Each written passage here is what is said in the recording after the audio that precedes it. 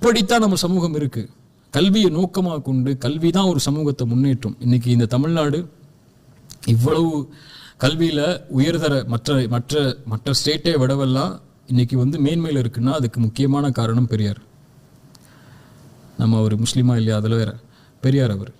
ஏன்னா அவர் போன எல்லா மேடையிலையும் அவர் பேசினது படிங்கன்னா படிங்க, அதான் சமூகத்தை மேன்மைப்படுத்தும், உங்கள் சார்ந்த சமூகத்தை மேன்மைப்படுத்தும், உங்களை சுற்றி இருக்கக்கூடிய சமூகத்தை மேன்மைப்படுத்தும். உயர்தர படிப்பு படிங்க, தலைமைத்துவ படிப்பு படிங்க, ஃபினான்ஷியல் படிப்பு படிங்க, ஐடி படிப்பு படிங்க. எந்த படிப்பு உங்கள் சமூகத்தை மேன்மைப்படுத்துமோ அதை நோக்கி போங்க என்ற ஒரு திட்டமிடுதலை இந்த சமூகத்துக்கு கொடுத்துக்கிட்டே இருந்தார். அந்த படிப்பு தான் ஜாதி முறையை விட்டு வெளியே கொண்டு வந்துச்சு.